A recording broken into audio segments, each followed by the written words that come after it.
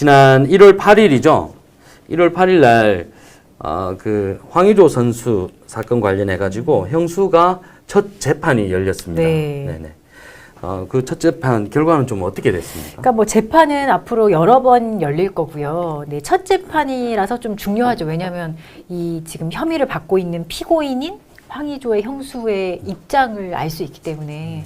근데 뭐 많이 언론에 공개됐다시피 나는 해킹당했다 뭐 이런 주장을 하는 것 같아요. 내가 한 게 아니다라는 주장을 하고 있고 또 이후에 이제 재판이 몇 번 사실 진행될지 모르거든요. 그러니까 부인하는 재판이기 때문에 사실 조금 재판 진행 횟수가 인정하는 사건에 비해서는 당연히 많을 수밖에 없는데 그런 과정이 사실 재판은 공개하는 게 원칙이라서 기자들이나 뭐 여러분들 누구 중에도 원하시는 분들이면 다 가서 볼 수 있거든요, 재판은. 근데 그런 게 되게 부담스러웠나 봐요. 그래서 앞으로 열릴 재판을 비공개를 해달라 이런 요청을 했죠.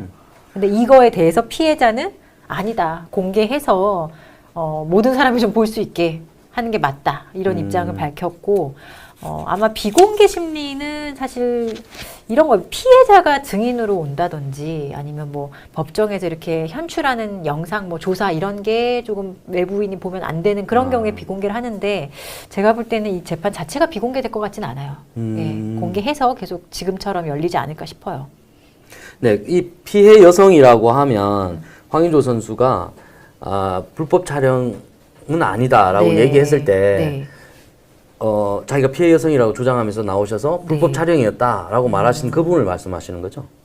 네, 그렇죠. 네, 예. 네. 그리고 또 지금 그 황의조 선수는 지금 사건이 또 아직 경찰에 있어요. 그리고 사건 조사하다 보니까 경찰이 봤을 때는 원래는 이제 고소인 신분이었는데 내가 유포 피해 당했다 이렇게 네네. 고소한 거잖아요. 근데 아니네, 여기 좀 불법 촬영의 혐의가 있네 라고 지금 발견이 돼서 경찰에 지금 조사를 받고 있는 상황인데 황의조 선수에게 출석 요청을 했는데 아직 출석을 하지 않은 그런 상태인 거죠. 네. 그러면 그때 최초에 SNS에 올라왔을 때 동영상하고 사진이 올라왔잖아요. 그렇다고 하더라고요. 예. 그러면 예. 그때 그 영상 속 대상자가 여러 명이었던 거예요? 그거 저도 안 봐서 모르겠는데 그때는 아마 뭐 피해자가 노출되거나 그랬던 건 아닌 것 같은데 그 당시 영상은 일단 파악한 바로는 피해자가 일단은 한 명이 아닐까. 그리고 올라온 그 영상이 피해자가 있었습니다. 지금 이 재판받는 사건의 이제 유포의 피해자가 된 피해자가 거죠. 된 예. 네, 그러면 근데 그 여성도 주장하는 게 그 촬영에 동의한 사실은 없다라고 주장을 하고 있죠, 지금. 네. 그러니까 그 둘의 관계는 뭐 합의된 관계였다. 그렇죠. 예, 예. 하지만 영상 촬영은 촬영은 자기가 아니다. 예. 합의한 적이 없다. 네. 그러면 황의조 선수 사건을 지난 처음에 6월에 SNS에 올라오면서 시작된 맞아요. 사건이라 예. 시일이 또 조금 지났고 요즘 언론에 또 뉴스가 네. 황의조 선수가 그냥 출석에 불응한다 정도만 계속 나오고 네. 있어서 아마 구독자분들께서 이 사건에 대해서 조금 잊혀졌을 수도 있을 것 같아요. 그래서 사건을 간략하게 한번 정리를 제가 한번 해볼게요. 네. 이게 지난 2023년 6월이었습니다. 그때 SNS에 이제 황의조 선수의 사생활이 담긴 영상하고 폭로글 맞아요. 이렇게 올라왔거든요. 근데 그 내용을 보면 이런 겁니다. 황의조 선수가 다수 여성과 관계를 맺고 피해를 줬다, 상처를 줬다 이렇게 주장을 했었거든요. 그 폭로 내용이 그런 거였고 그런데 황의조 선수가 게시글 모두 허위다. 영상 유포자를 찾아서 처벌해달라 하면서 말씀하셨듯이 경찰에 고소를 했습니다. 그래서 경찰이 이제 IP 추적을 해보니까 형수랑. 유포자가 친형수였어요. 그때 이제 난리가 났었죠. 근데 이제 친형수도 본인도 해킹 당했다, 유포 협박하지 않았다, 이제 부인한 거예요. 자기도 이제 해킹을 당한 거다, 이렇게 얘기를 했는데 11월 16일 날 지난해 구속영장이 이제 발부가 됐습니다. 이제 이 형수한테. 네. 그런데 이제 황 선수가 구속영장 심사에서 또 처벌 원하지 않는다 이렇게 얘기를 네, 했어요. 맞아요. 예. 그러면서 이제 황의조 선수는 이 영상은 불법 촬영한 건 아니다라고 얘기했죠. 근데 여기서 또 반전이 그 영상에 해당 여성이죠. 이제 피해자. 이 여성이 불법 촬영이다라고 하면서 황 선수가 불법 촬영 아니다라고 얘기한 거를 전면 반박했습니다. 예. 그러면서 이제 황 선수가 이제 자기도 영상 유포의 피해자다. 네. 이 점을 강조하면서 수사 협조하겠다. 맞아요. 이렇게 얘기를 했는 거기까지였는데 황 선수가 뭐 국가대표 경기에도 출전하고 지금 해외 나가 있고 이제 출석에 불응하고 있는 상황이었죠. 예. 요 사건은 맞아요. 간략히 요 여기까지. 정도였죠. 예. 그런데 이제 이 사건을 보면서 이제 여러 가지 의문, 이제 이 사건을 보는 일반인들에게 의문 드는 점이 이 황의조 선수의 형수는 형과 함께 매니저 역할을 했다고 했지 않습니까? 네.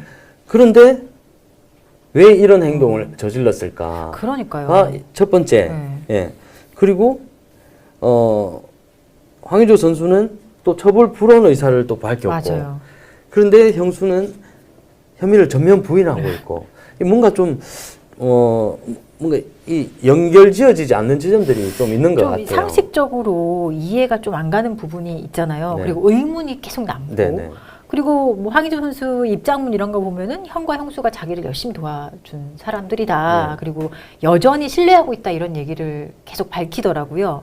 근데 애초에 이게 황 선수가 그 뭐 사진이나 이런 걸 가지고 협박받은 게 영어로 협박을 받았다고 해요. 한글이 아니라 영문으로 이렇게 받은 좀 쉬운 영어로 뭐 이제 뭐 한 초등학교 고학년만 돼도 다 해석할 수 네, 있는 네, 네, 수준의 영어로 뭐 이거 너 맞지? 뭐 황의조 여자가 많다. 또 뭐 이 영상이 공개되면 어떤 일이 일어날까? 이런 식의 이제 협박성 영어 메시지를 황 선수에게 계속 보냈다는 거예요. 아, 그 너 맞지가 is this you? 네, 그런 식으로 이렇게 아주 쉬운 영어로 보냈는데 문제는 실제 이렇게 협박도 하고 유포까지도 이제 한 거고 결국 이 행위자를 경찰이 추적을 해보니까 형수더라. 네.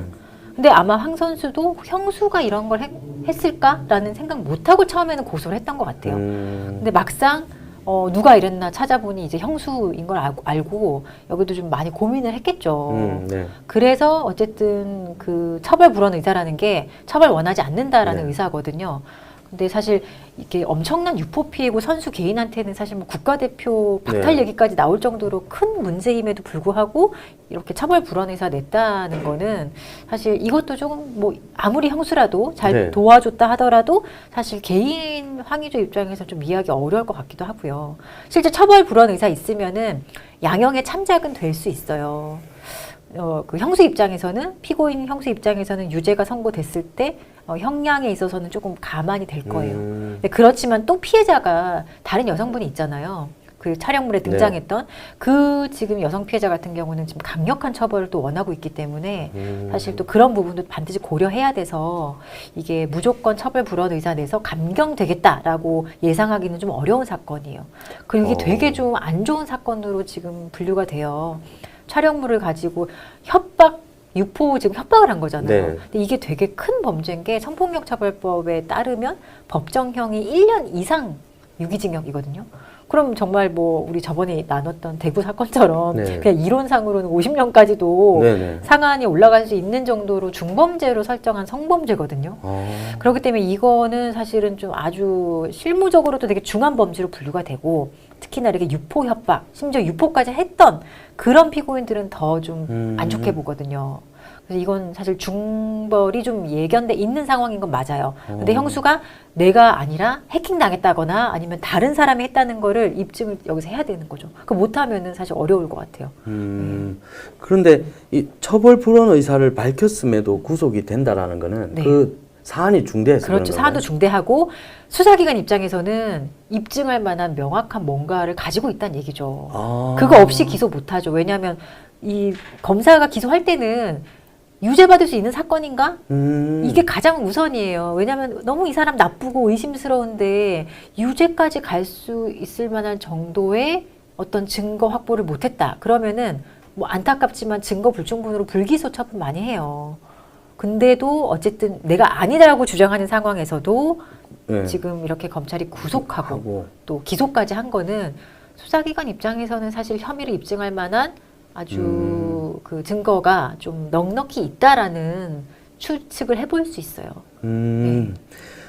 그리고 최초에 SNS에 올릴 때 혹시 그 다른 영상 그리고 다른 피해 여성들이 나올 수 있는 가능성도 있어 보이네. 네, 지금 한 명 더 나왔죠. 그 수사하는 과정에서 그 황 선수가 이렇게 핸드폰 가지고 영상 통화하는 과정에서 그 뭐 옷을 뭐 벗고 뭐 약간 노출이 있었던 그런 상황을 자기는 어떤 휴대전화 캡처 또는 녹화 기능을 통해서 그 영상 전화하는 거를 녹화한 거예요. 영상 통화 자체를 예, 녹화를 녹화한 해버린 거예요. 예. 그래서 그거 자체를 지금 그것도 그 해당 여성은 자기는 그게 있는지 녹화되는지 몰랐다. 몰랐다라고 주장을 하고 있기 때문에 경찰은 이것도 추가 입건을 했어요. 그 촬영물 저장죄, 소지죄로 이게 불법 촬영은 되게 어렵거든요. 그러니까 불법 촬영은 직접적으로 제가 이걸 가지고 이렇게 신체를 찍어야 되는 건데 영상 통화하면서 녹화하는 거를 사실 직접 신체를 촬영했다라고 보기는 어려워서 수사기관에서는 보통은 실무적으로는 촬영물 저장, 소지죄 이렇게 많이 입건하거든요. 근데 그것도 지금 추가 입건이 된 상태예요. 그래서 그 사건도 사실 이제 추가 조사를 해야 되고 이제는 피의자 입장에서 조금 더 조사를 해야 되기 때문에 계속 경찰에서는 황 선수한테 출석을 하라고 지금 네. 3번 요청했다고 하잖아요. 근데 아직 좀 뭐 일정상 오기 어렵다 이런 이유를 들어서 좀 출석을 안 하고 있는 상황인 거죠. 근데 황 선수가 출석을 안 하고 있는 게 네. 괜찮은 거예요? 안 되죠. 출석해야죠. 일단은 이게 뭐 터무니없는 걸로 오라고 하는 것도 아니라 그리고 되게 어쨌든 그 사회적인 관심의 대상이 됐던 사건이고 실제로 자기가 유포 피해를 받았던 사람이 이제 구속돼서 재판받고 있고 그리고 예, 본인도 이제 경찰이 불법 촬영 혐의자로 입건을 했잖아요. 그러면 이제 조사를 받아야 돼요. 근데 이걸 무기한 사실 미룰 수는 없고 아무래도 황 선수가 지금 뭐 해외에서 운동하고 있다는 거는 다 알기 때문에 그리고 국가대표잖아요. 네. 그래서 뭐 도망의 우려나 이런 거를 조금 좀 낮게 보고 일단 출석 요청만 하는 상황인 것 같아요. 근데 이거를 계속 일정을 가지고 거부하거나 출석 요청에 응하지 않는 방식으로는 이제 더 이상 대응을 못하고 조만간 이제 조사는 빨리 받고 마무리를 져야죠. 이게 계속 이렇게 되면 사건은 사실 조금 대중의 관심에서 멀어지기를 좀 기다리는 것밖에 안 돼요. 사실은 그런 전략도 저는 조금 있다라고 보여지긴 해요. 사실은 빨리 와서 해야 되는데 그럼 계속, 강제 소환이나 뭐 그런 방법을 동원할 수는 없는 거예요? 지금 만약에 뭐 체포영장, 구속영장 뭐 이런 게 나오게 되면 귀국함과 동시에 많이 보셨을 거예요. 공항에서 공항에서. 이제 바로 데려가는 거 있잖아요. 그럴 가능성도 있죠. 아니 그러니까 불법 촬영을 하는 게 이게 특히 이제 우리 N번방 사건을 20년도에 겪으면서 엄청나게 그 형량 강화를 일단 했어요. 네네. 법정형에 있는 기존의 법정형을 대부분 상향하고 네.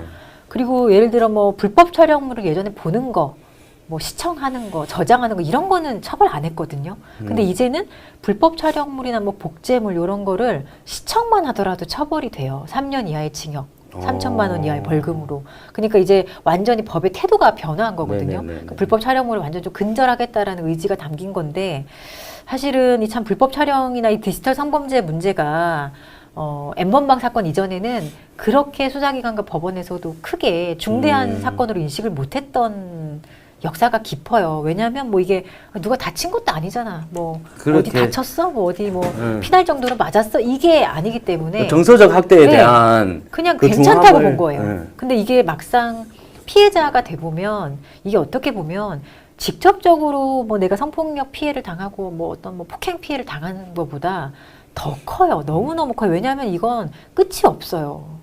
한번 유포가 된다? 맞아요. 그거는 사실 내가 죽고 나서도 끝나는 게 아니라 네네. 죽은 이후에도 영원히 사실 언제 어디서 나올지 모르는 이 영상물이에요. 온라인 세상이 네, 이게 너무 사실 되게 끔찍한 일이에요. 그걸 옆에서 보면 별거 아니라고 생각할 게 아니라 어떻게 보면은 과거의 그런 범죄보다 이런 현대 사회에서 겪는 인터넷상 아니면 디지털을 통한 네. 범죄 이게 너무너무 좀 피해자 입장에서는 그 피해 정도나 그 크기가 너무 감당하기 어렵거든요. 네. 실제로 황 선수 영상을 그런 판매한다라는 것도 글이 있어요. 예. 상당히 많이 올라왔어요. 네. 2,500원, 네. 3,500원. 지금 저희가 그러니까. 사실 지난 녹화 때 맞아요. 그 봤어요. 글을 봤잖아요. 네. 근데 조금 전에 말씀하시기로 시청 보유만 해도 맞아요. 처벌받는다 했잖아요. 처벌받아요. 예. 그런데 어떻게 판매까지 네. 이루어지고 이 사람들이 다 처벌받는 거 그 아니에요? 처벌 받죠. 왜냐하면 실제로 저장하고 있고 그걸 가지고 판매한다 그러면 더 세게 처벌받을 텐데, 근데 이렇게 많이 인식이 아직 약한 것 같아요. 근데 경우에 따라선 이게 범죄가 되는 거를 여기 알 나오네요. 거예요. 예, 뭐 황희조 한 3,000 원에. 팝니다. 2,000원. 황희조 파면 3,000원, 3,000원, 2,000원에 팝니다. 연락 주세요. 야, 이게 정말 이 사람들 다 조사 받고 저거는 다 아마 처벌받는 누가 거예요. 고발하지 않았을까 싶어요. 왜냐하면 사실 지금 법에 따르면 처벌될 수 있는 거고. 근데 문제는 이게 참 20년도에 법이 바뀌었고 지금 이제 한 3년 넘어가고 있거든요. 만으로 3년이 안 됐는데 이게 되게 많이 좀 정부에서 홍보도 하고 불법 촬영 보기만 해도 처벌된다라는 얘기를 많이 하는데 사실 아직 모르시는 분도 많은 것 같아요. 그래서 불법 촬영이 무서운 게 이 단순히 촬영 피해만 당한 피해자들도 공통점이 내가 촬영만 당한 거가 여기서 끝나는 게 아니지 않을까? 이런 두려움. 그러니까 막연한 두려움인 거죠. 근데 그게 그 두려움이 사실 언제 현실화될지 전혀 예측할 수 없다는 네. 거. 그래서 어떤 피해자 같은 경우는 이건 되게 예전 사건인데 경찰도 사실 확인을 못 해주니까 유포된 거를 매일매일 확인해서 경찰한테 갖다 줘야 되는 사건이 있었어요. 근데 경찰 그런 것까지 안 해줬던 시절이에요. 지금도 사실 많이 해주진 않지만. 그래서 이 친구의 아침에 시작이 음란물 사이트 열고 내 네. 이름 검색하고 내 영상 검색해서 유포된 거 확인하는 게 하루의 시작이었어요. 그러니까 얼마나 하루가 정말 온전한 하루를 보낼 수가 없는 네. 거예요. 일어나자마자 그거 확인하고. 그러니까 너무 끔찍하죠, 사실 이게. 그래서 지난번에 제가 방송을 통해서 한번 본 것 같아요. 아주 비슷한 사례죠. 네. 그런데 이제 그거만 삭제해주는 네. 또 장의사들. 네, 네. 있더라고요. 근데 그 장의사들에 의해서도 피해를 많이 당하죠, 실제 또 그런 사건이 그래요? 많아요. 예. 그래서 이 장의사 이런 피해 있으면 뭐 삭제해준다. 이게 왜 그러냐면 다 카르텔이 형성돼 있어요. 유포 카르텔, 그리고 유포됐으니까 우리가 지워줄게. 협업을 하는 거예요. 그리고 지워주는데 또 생겼어요. 그러면 또 의뢰해. 계속 돈을 벌어요, 이들은. 그래서 실제로 초기에 물론 다 그런 건 아니지만 디지털 장의사라고 하면서 피해자의 피해를 더 가중시켰던 사례도 분명히 있어요. 그래서 저는 개인적으로 그게 좀 이렇게 뭐 좋은 일 하시는 분도 있지만 긍정적으로 보지는 않아요. 왜냐하면 결국 피해자의 피해를 확산하는 과정에서 계속 돈을 벌잖아요. 네.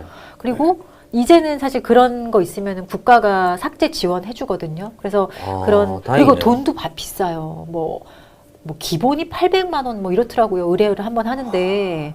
근데 거기에 막 몇천만 원 쏟아부었는데도 하나도 해결 안 된 친구도 많이 봤고, 이때는 그 국가가 운영하는 디지털 성범죄 피해자 지원 센터에 일단 가시면 유포된 거는 다 차단을 일단 선제적으로 좀 해주고 계속 유포 모니터링을 해줍니다. 그러니까 바로 지워지진 않지만 계속 유포 모니터링하고 그 사이트 접근 차단 이런 거 방심위에 요청하고 그런 식의 그 지원해줘요. 2018년부터. 근데 많이 모르시는 분도 여전히 좀 있어요. 네네네. 네.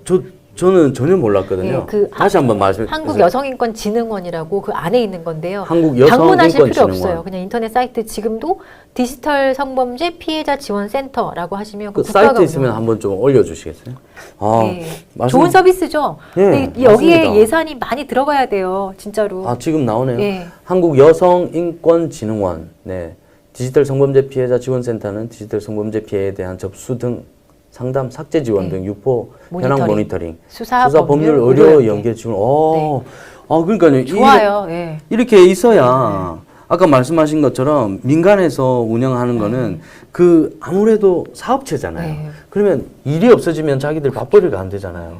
그러면 그것에 대한 유혹이 있는 것 맞아요. 같아요. 네. 그래서 이게 지금 어쨌든 지금 정부의 5대 폭력 중 하나도 디지털 성범죄가 들어가 있어요. 네. 그래서 이런 것들은 사실은 조금 더 처벌 강화를 떠나서 피해자 지원을 더 확대하려는 경향이 있기 때문에 만약에 그런 피해가 있다, 주변에 그런 피해가 있다라고 있는 경우가 있으면은 사실 저런 제도 적극적으로 많이 이용하셔야지 사실 예산도 더 많이 확보할 수 있어요. 그리고 지원 건수는 계속 급증 중이에요, 여전히. 앞으로 진행은 어떻게 좀 예상하시나요? 아마 이제 황 선수도 귀국해서 조사 받을 것 같아요. 받을 거고, 받게 되면 이제 경찰이 이제 초기 판단해서 이게 불법 촬영 혐의가 입증이 된다면 검찰로 넘길 거고, 검찰에서도 이게 촬영이다라고 한다면 사실은 이제 재판받을 가능성이 좀 높다고 보여집니다. 왜냐하면 최근에 제가 작년 중반쯤에 서울에서 있었던 사건이고 그것도 이제 뭐 연인 간 교제했던 사이였는데 완전 유사하게 몰래 촬영, 완전히 몰래 촬영한 거거든요. 피해자 전혀 모르는 상태로. 근데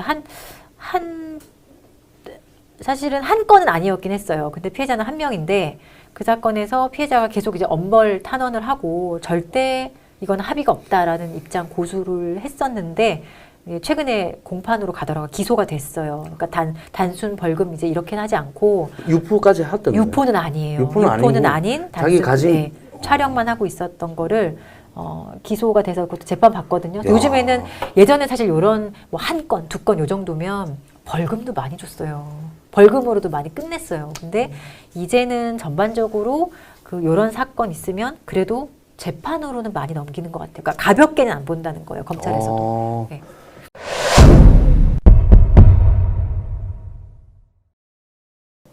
제주에서 고등학교. 기사가 하나 났는데요. 네. 이 고등학생이에요. 네. 고등학생이 불법 촬영 235차례 네. 해서 중형이 구형됐다고 했거든요. 구형. 네. 근데 내용을 보면 자기 고등학교 화장실 그리고 식당 여자 화장실인데 식당은 또 자기 아버지가 운영하는 식당이에요. 네. 그리고 길거리 촬영. 네, 이 10대가 그 수차례 이제 촬영을 한 거예요. 그런데 이제 이 학교에서 10월 18일 날 체육관 여자 화장실에서 몰래 설치한 휴대전화가 발각됐는데 각 티슈 있잖아요. 각 티슈 안에 이렇게 휴대전화를 넣어놓고 동영상을 킨 채로 화장실 바닥에 놔둔 거예요. 근데 이제 이 선생님이 아마 발견했나 발견하고 보네요. 네. 퇴학시켰네요. 퇴학시켰어요. 네. 그런데 검찰이 장기 7년, 단기 4년 선고했거든요. 네. 근데 이게 지금 이 친구 아마 촉법인 것 같아요.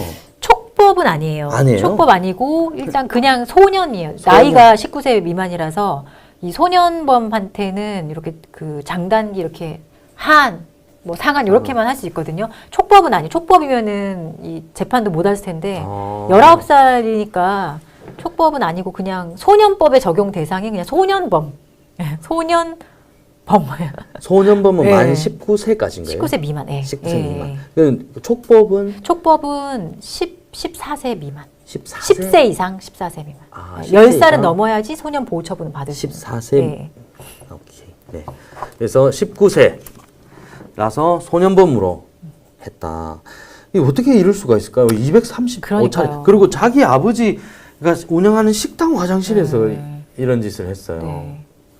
그래서 검찰도 이거는 뭐 어쨌든 구형을 하는 거고 선고는 17일 날 나네요.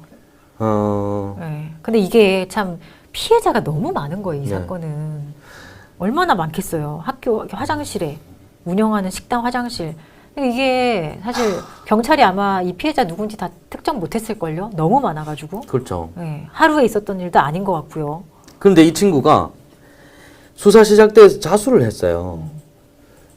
이 친구 자수한 거가 그래도 형량에 조금 반영이 되는 건가요? 저는 이미 발각이 됐잖아요. 네네. 발각이 된 후에 자수한 거는 사실 자수라고 보기 좀 어렵고 감경에 크게 영향을 못 줄 것 같아요. 네. 이미 뭐 다 끝났잖아요. 발각도 됐고 네네.